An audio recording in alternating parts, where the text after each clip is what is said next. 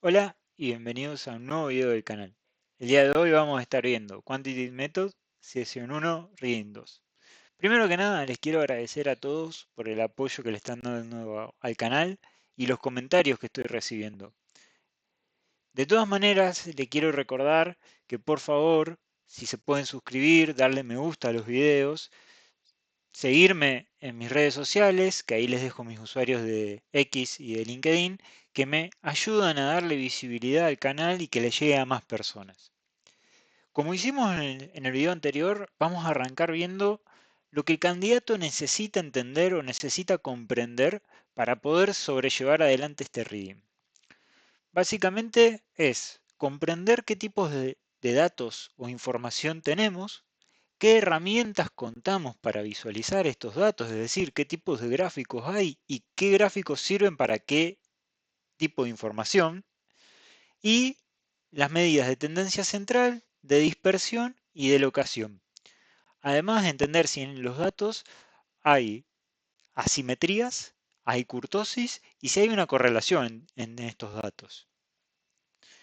Lo primero que vamos a comenzar viendo es tipos de datos. ¿Sí? ¿Qué tipos de datos podemos tener? Podemos tener datos numéricos o categóricos. Los tipos de datos numéricos pueden ser discretos o continuos. Básicamente, los numéricos son aquellos que nosotros podemos contar. Y que sea discreto, es decir, que tienen una división. Por ejemplo, 0, 1, 2, ¿sí? Están separados por una distancia. En cambio, los continuos, hay infinidades de posibilidades entre los valores, ¿sí? Si nosotros tomamos la cantidad de valores que puede haber entre 0 y 1, son infinitos. 0,000001, por ejemplo, y así, y agregar. Cada vez podemos ir agregando más datos. Por lo tanto, los continuos son aquellos que no se pueden dividir, no hay cortes, no hay distancia entre los números. Eso por un lado, por el lado de los numéricos. Luego tenemos los categóricos, es decir, aquellos tipos de información que nosotros podemos dividir en grupos, ¿sí? Y dentro de estos tenemos los que son nominal, es decir, lo que no tiene un orden lógico, por ejemplo, rojo, azul, amarillo. No puedo decir que el rojo es mejor o mayor que el azul, porque no tendría una lógica, no tendría algo lógico por detrás.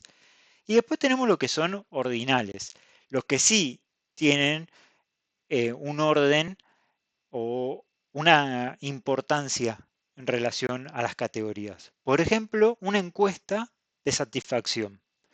Yo puedo poner insatisfecho o muy insatisfecho, satisfecho, normal, bueno, muy bueno.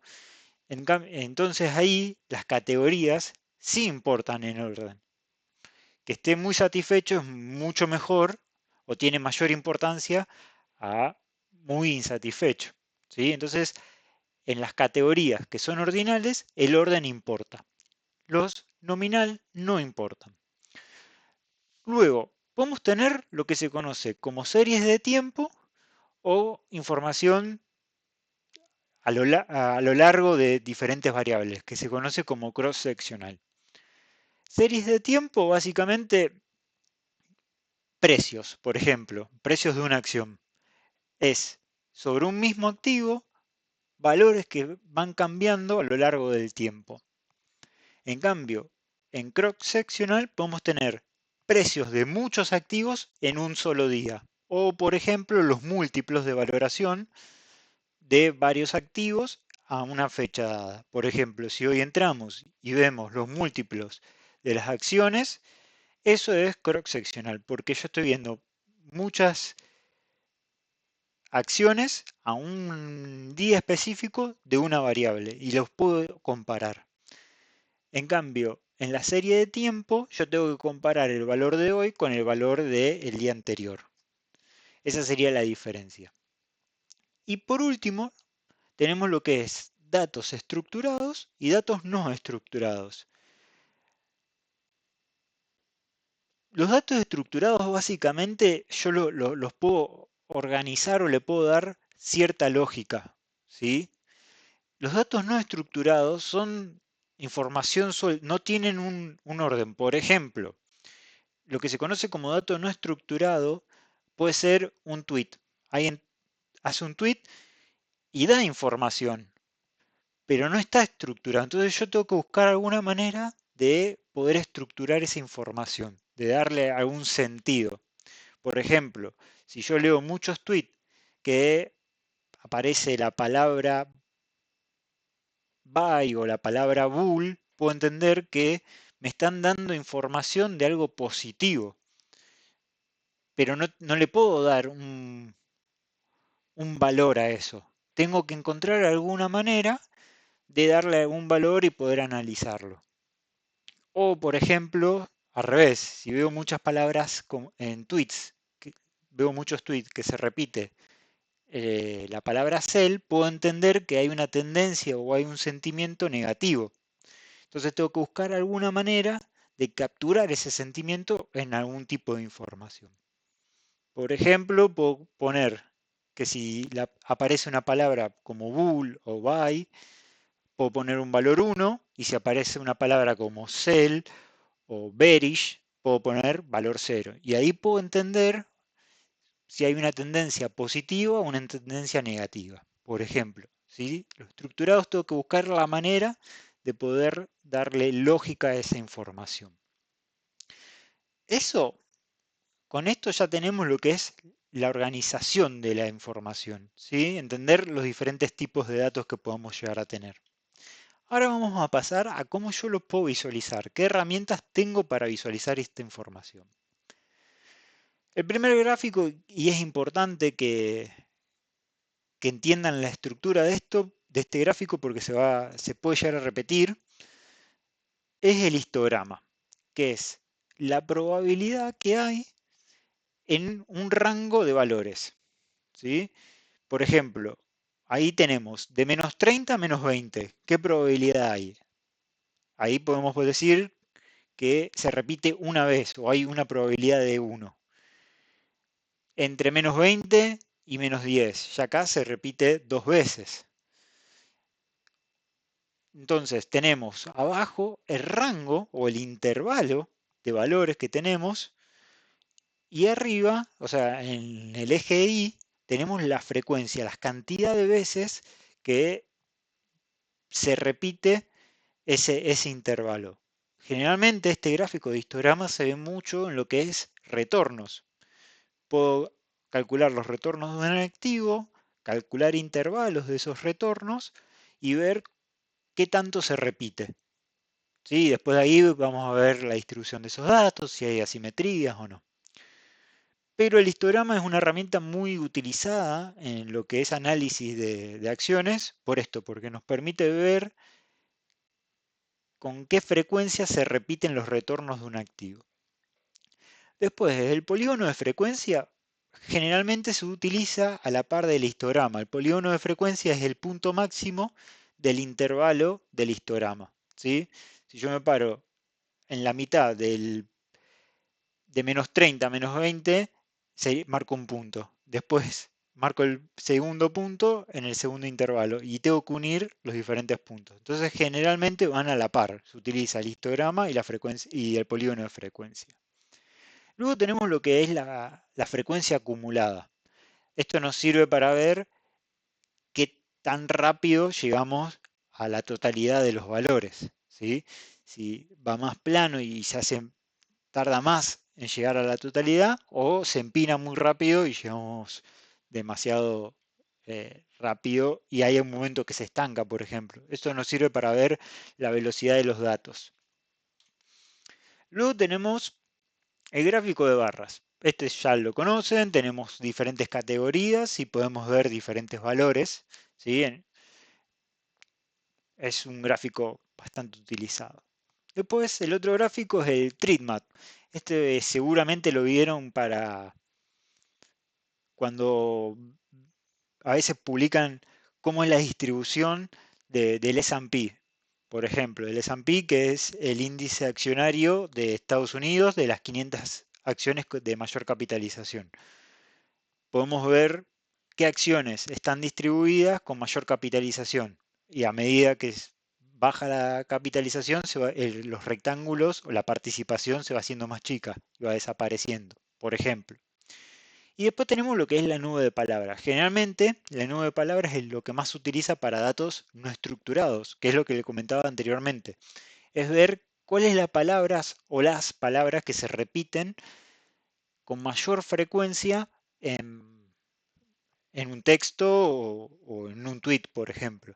Entonces, aquella palabra que se repite con mucha frecuencia se escribe más grande y se sobresale del resto de las palabras. Luego tenemos el gráfico de líneas. Generalmente este se usa mucho para lo que es series temporales y el scatterplot, que el scatterplot generalmente se usa para ver la correlación entre los activos, ¿sí? Y bueno, aquí les dejo para cada caso qué gráfico conviene. Por ejemplo, ver relaciones, ¿sí? Esto de ver si hay correlación en los datos, se usa el scatterplot o el heatmap, que es el gráfico de calor. Ese no está puesto aquí, pero es el gráfico de calor. Después, para hacer comparaciones, gráfico de barras, el treatmap es el que mostramos anteriormente, y otra vez el heatmap, que es gráfico de calor. Después, para distribución, bueno, generalmente el histograma es el que más se usa a la par del polígono de frecuencia, que la distribución es para ver generalmente los retornos, cómo se distribuyen, si tiene una distribución normal, si hay asimetrías y demás. ¿Sí? Así que ahí les dejo para qué es lo que quiero hacer, qué gráfico tengo que utilizar. Eso es importante, que lo tengan para esta parte de visualización. Es lo que más le pueden llegar a preguntar, lo que más puede llegar a entrar en las preguntas. Le pueden dar un caso muy especial o datos y le tienen que indicar, o en la pregunta tienen que responder, qué gráfico utilizarían. Entonces tengo que entender qué es lo que quiero hacer. Aquí terminamos la primera parte que yo siempre les dije, que la primera parte es como más general y que seguro ya lo vieron o hasta a veces se sobreentiende. Ahora ya entramos más a la parte de estadística y es a donde les recomiendo enfáticamente que lo revisen con mucha profundidad y que lo entiendan a los términos, ¿sí?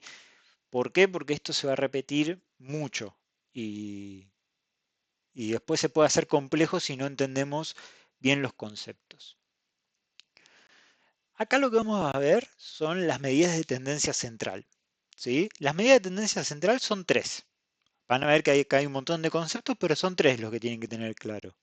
Es la media o el promedio, a veces se le dice, la mediana y la moda. Esas tres son las medidas de tendencia central. Después lo que ven ahí, hay muchas formas de calcular la media, ¿sí? Dependiendo qué dato tengo, voy a ver qué media utilizo, ¿sí? Porque ahora vamos a ver algunos conceptos.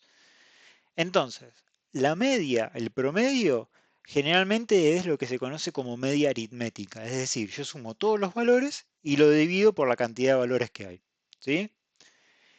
Después, tenemos diferentes maneras de calcular esa media. La media geométrica, que acá en vez de sumar multiplico y hago la raíz de la cantidad de valores que tengo. Esto nos sirve para calcular promedios cuando hay porcentajes, ¿sí? Por ejemplo, si yo quiero calcular el retorno promedio de una acción, tengo que calcular la media geométrica, ¿sí? Sería la medida más adecuada para calcularlo. ¿Lo puedo hacer con la media aritmética? Sí, pero no es lo más adecuado. Después tenemos el weighted mean, que sería la media ponderada. Esto van a ver que se utiliza mucho para calcular el retorno esperado de un portafolio, donde el peso es el peso del activo dentro del portafolio, ¿sí? Después tenemos la media armónica o el promedio armónico. Esto generalmente se utiliza para calcular promedios de precio, ¿sí? Esta sería como la medida más adecuada si yo quiero calcular el promedio de un precio, ¿sí? Que es 1 dividido la variable o el valor que tengo y eso lo voy sumando. Y después hago la cantidad total de valores que tengo dividido la sumatoria de 1 sobre el valor. ¿Sí? Son diferentes maneras de calcularlo, que ahí se los dejo explicitado para cómo se calcula cada una. Después lo que puedo tener es la media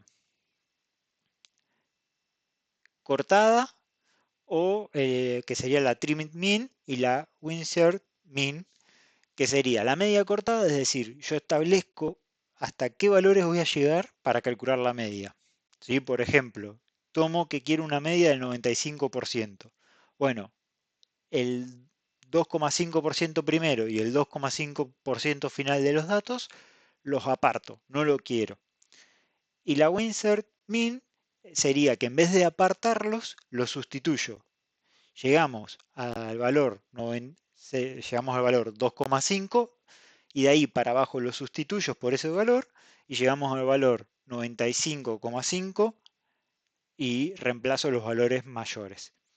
¿Por qué surge esto? Y esto es un concepto muy importante que lo tengan, porque la media es muy sensible a outliers. Outliers son valores que se alejan mucho a valores que se repiten, a valores más frecuentes, ¿sí? Por ejemplo, yo puedo decir que una acción en promedio o tiene con mayor frecuencia un retorno entre 5% y menos 2%, y puede ser que algún mes tenga un retorno de un 15% o un retorno de menos 20%, porque pasó algo inesperado, ¿sí? Entonces, si yo quiero calcular la media, esos valores inesperados que están muy alejados de los valores frecuentes me harían sesgar el valor medio, ¿sí? Entonces, se utilizan estas formas o estas metodologías para que la media no sea tan susceptible a esos valores. Luego tenemos lo que es la mediana y lo que es la moda, ¿sí? La mediana es el valor medio de todos los datos, ¿sí? Es el valor que cae en la mitad, es decir, tengo mitad de datos a la izquierda y mitad de datos a la derecha. Otra forma de solucionar el problema de los outliers es utilizar la mediana. ¿Por qué? Porque la mediana no es sensible a valores extremos. Entonces, se utiliza o a veces se calcula la mediana de los datos cuando puedo percibir que hay valores muy extremos. Una recomendación que les hago, por ejemplo, cuando utilizan o quieren hacer una evaluación por múltiplos de una compañía y ven los múltiplos que hay en la industria, suele suceder que hay múltiplos con valores muy extremos. Entonces, si yo calculo el promedio, puede ser que ese promedio se me distorsione. Entonces, es recomendable utilizar la mediana, no la media en ese caso. Y después, el último variable que tenemos como medida de tendencia central es la moda, ¿sí? Es el valor que con más frecuencia se repite. ¿Es única? No, puedo tener varios valores que se repiten muchas veces. Esto quiere decir que no hay una única moda. En cambio, los otros valores sí son únicos. Con esto ya tenemos cubierto todo lo que es medida de tendencia central. Ahora pasemos a lo que es de locación. Las medidas de locación, lo que se conocen son como cuartiles. Es decir, yo quiero tener un lugar en los datos y ver qué valor me cae en ese lugar. Por ejemplo, lo puedo dividir en cuartiles, es decir, lo divido en cuartos, el primer cuarto, el segundo cuarto, el tercero y el último. Y puedo hacer los cortes de los datos, ¿sí? Y ver qué dato tengo en el 25%, qué dato tengo en el 50%, qué dato tengo en el 75%. Y obviamente los valores mínimos y máximos. Y los puedo dividir. Los puedo dividir en quintiles, es decir, lo divido en 5, en deciles, lo divido en 10, en percentiles lo divido en 100. Ahí es el porcentaje de cada valor, ¿sí? Entonces, y también ahí les dejo la fórmula. Recomendación, esta fórmula tenganla vista, ténganla estudiada, porque suelen entrar preguntas de cuál es el percentil o cuál es el cuartil de tal valor según una cantidad de valores. Entonces, es frecuente que hagan esta pregunta. Entonces, entre los cuartiles y las medidas de tendencia central que vimos anteriormente, es lo que hace a las medidas de locación. Ahora ya entramos en lo que serían medidas de dispersión, ¿sí? Es decir, cuánto difieren los valores, o sea, cómo se van moviendo esos valores. El primero es el rango, ¿sí? Que es una medida muy útil para entender de manera simple, qué tipo de datos tenemos, ¿sí? ¿Qué es la diferencia entre el valor máximo y el valor mínimo? Es decir, la distancia que hay entre esos valores. Después tenemos la desviación absoluta, ¿sí? No se suele utilizar demasiado, ¿sí? Pero es una medida. Luego tenemos la variancia, que esta medida se utiliza muchísimo, pero puede ser que no la hayan escuchado. ¿Por qué? Porque se utiliza mucho lo que es el desvío estándar, que es un derivado de la varianza, ¿sí? El desvío estándar es la raíz cuadrada de la varianza. Y luego tenemos lo que es el coeficiente de variación. ¿Por qué? Porque los datos, para hacerlos comparables, necesitamos estandarizarlos. No es lo mismo un set de datos que otro tipo de set de datos, porque uno puede tener una media y un desvío y otro puede tener otra media y otro desvío. Entonces, ¿yo puedo hacer comparable esas medias o esos desvíos? No, lo importante es ver la dispersión o el desvío que hay entre la media y la desviación de ese conjunto de datos.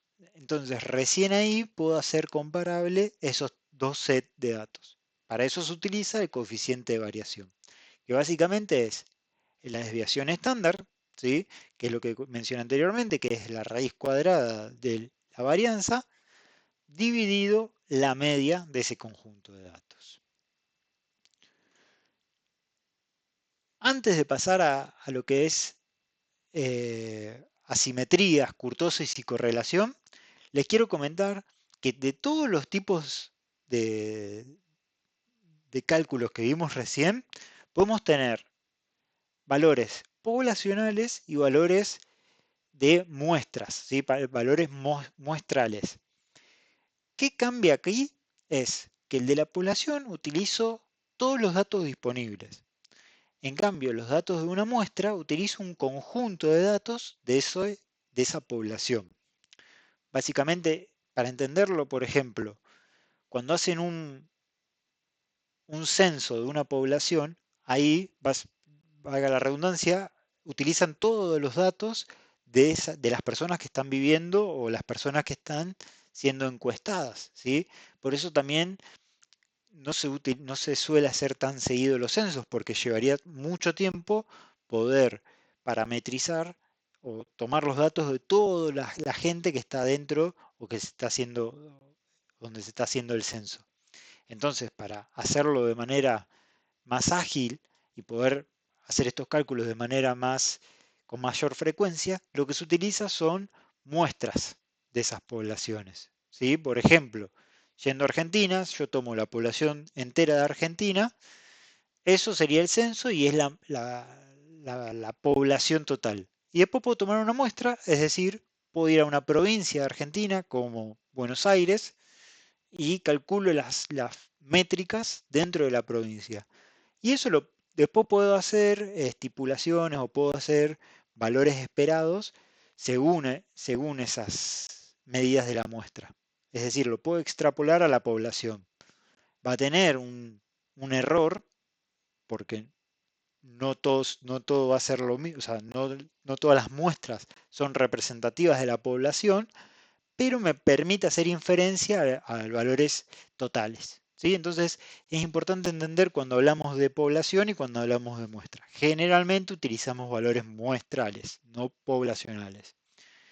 Y ahí, último comentario, la media es mu en la población y el desvío estándar dentro de la población es sigma, ¿sí? Van a ver a veces que ven como connotación o anotaciones la U de en griega o sigma, y eso hace referencia a la media y el desvío estándar dentro de la población. Así que bueno, eso ténganlo muy en cuenta cuando estudien y entender cuándo hablamos de población y cuándo hablamos de muestra. Ahora sí, pasemos a lo que es simetría. Los datos pueden ser que sean simétricos, es decir, los están de igual manera repartidos. O puede ser que los datos tengan cierta simetría, positiva o negativa. Generalmente es muy raro que haya simetría en los datos. Generalmente tenemos estas asimetrías que se llaman skews. ¿Qué quiere decir que sea positivo? Quiere decir que los outliers, los valores extremos, se encuentran del lado positivo. Eso en finanzas o cuando analizamos los retornos de un activo es algo que nos gustaría ver. ¿Sí? A nosotros nos gusta ver que los activos tengan valores extremos en la cola derecha. Después, que tengan asimetría negativa quiere decir que hay valores extremos en el lado izquierdo. Esto es lo que no queremos ver cuando analizamos los retornos de una acción, porque quiere decir que hay más probabilidad de valores negativos, ¿sí? Ahí les dejo la fórmula de cómo calcular la simetría. Estas fórmulas, ahora vamos a empezar a ver fórmulas más complejas. Las tienen que estudiar de memoria sí o sí porque se la van a preguntar. Generalmente no le preguntan la fórmula total, pero tienen que entenderla y saber qué están haciendo. ¿Por qué digo que no la tienen que saber? Porque generalmente lo van a hacer con la calculadora esto, ¿sí? Pero bueno, como les dije en el video anterior, es mejor que entiendan cómo es la fórmula y qué hay dentro de la fórmula, a que no y acostumbrarse a hacerlo directamente con la calculadora. ¿Y cuando vemos o cuando entendemos que no hay asimetría? Cuando ese valor no es equivalente a cero. Un concepto clave de entender esto de asimetrías es que cuando tenemos asimetría, es decir, los datos están igualmente repartidos, la media, la moda y la mediana son iguales. Cuando hay asimetría positiva, la media es el dato mayor, ¿sí? Esto es lo que les decía anteriormente, que es muy sensible a valores extremos, ¿sí? O sea, la media es mayor que la mediana. Y cuando hay asimetría negativa, la media es menor a la mediana, ¿sí? Es decir, se acerca más a valores negativos, ¿sí? Entonces es importante entender esto, primero porque suele preguntarse mucho, y después es importante entenderlo por qué queremos encontrar asimetría positiva y por qué no queremos encontrar asimetría negativa. Luego tenemos lo que es la kurtosis, otro concepto muy importante cuando estamos analizando retornos.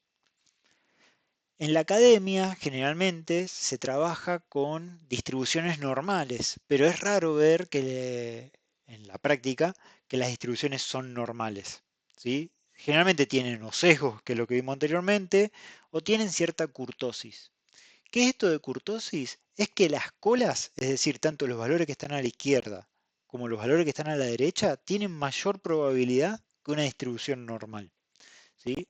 Hay tres formas, ¿sí? Leptocúrtica, platocúrtica y mesosúrquica, perdón, no me salía la palabra. Son las diferentes distribuciones dependiendo el grado de kurtosis que tenga.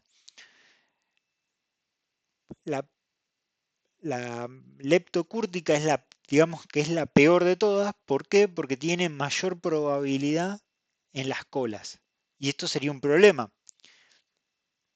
Del lado positivo, vuelvo a insistir, no hay problema que tenga mayor probabilidad.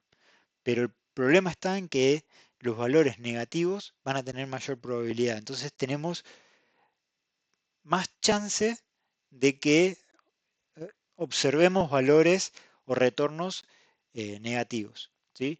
¿Y cuándo se entiende que una distribución tiene kurtosis? Cuando los valores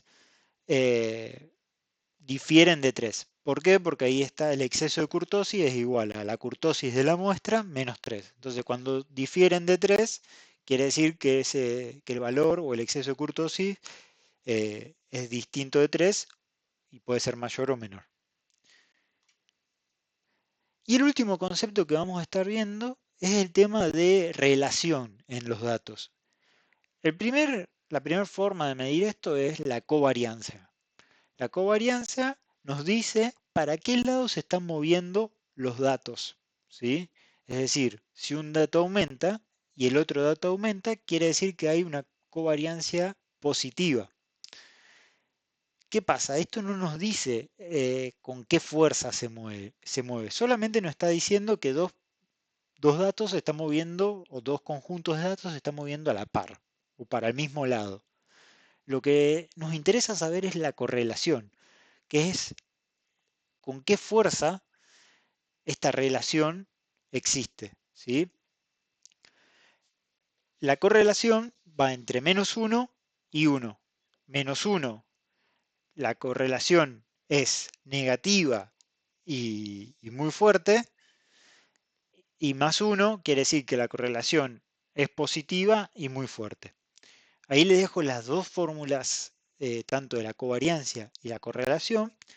La que yo les recomiendo que la tengan muy estudiada y la asimilen bien es la de la correlación. ¿Por qué? Porque esto lo vamos a ver, por ejemplo, en el video siguiente y en otros tópicos, sobre todo en lo que es la variancia de un portafolio, ¿sí?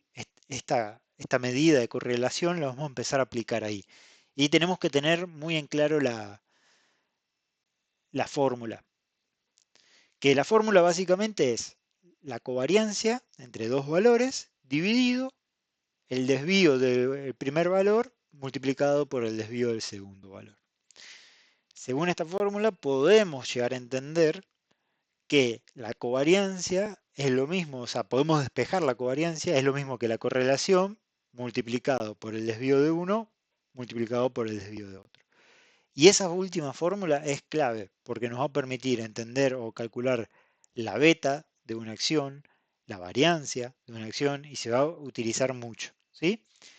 Y por último les dejo diferentes gráficos para entender qué es esa relación. Podemos tener conjuntos de datos, ¿sí? Esos son gráficos de scatterplot, que no tienen correlación, no hay una relación. Fíjense, primer gráfico, gráfico A, los datos están dispersos y no podemos dar una definición de fuerza o de movimiento conjunto. En el gráfico B, perdón, sí podemos decir que hay una correlación y una correlación positiva, porque podemos ver que esos puntos se mueven para el mismo lado y con tendencia positiva. Y en el gráfico C podemos decir que no hay una correlación lineal. Sí hay una tendencia en los datos, pero no es lineal, ¿sí? Y con esto estamos. Vuelvo a insistir, esta última parte repásenla y tengan muy claros los conceptos porque lo van a ver en muchos otros tópicos y se suele usar muchísimo en lo que es la práctica, ¿sí? Sobre todo aquellas personas que se quieren dedicar mucho a lo que es la parte cuantitativa de inversión, estos conceptos son claves. Entonces, les recomiendo que los estudien bien. Así que bueno, con esto ya hemos terminado el Reading 2. Les vuelvo a agradecer por el feedback que estoy recibiendo en el canal y los comentarios. Por favor, suscríbanse al canal, pónganle me gusta a, a los videos y cualquier comentario es más que bienvenido. Yo lo voy a estar mirando, tanto a los que me hagan llegar aquí en el video como a los que me hagan llegar en mis redes sociales. Y solo me queda volver a agradecerles por el apoyo que estoy recibiendo. Así que bueno, el próximo video ya vamos a empezar con el Reading 3, que sería el último del Study Session 1, ¿sí? Que son conceptos más de probabilidad y empezar a aplicar los conceptos que vimos hoy de media y de variancia, pero a un portafolio. Así que bueno, ya llegamos al final y nos estaremos viendo en el próximo video. Chao.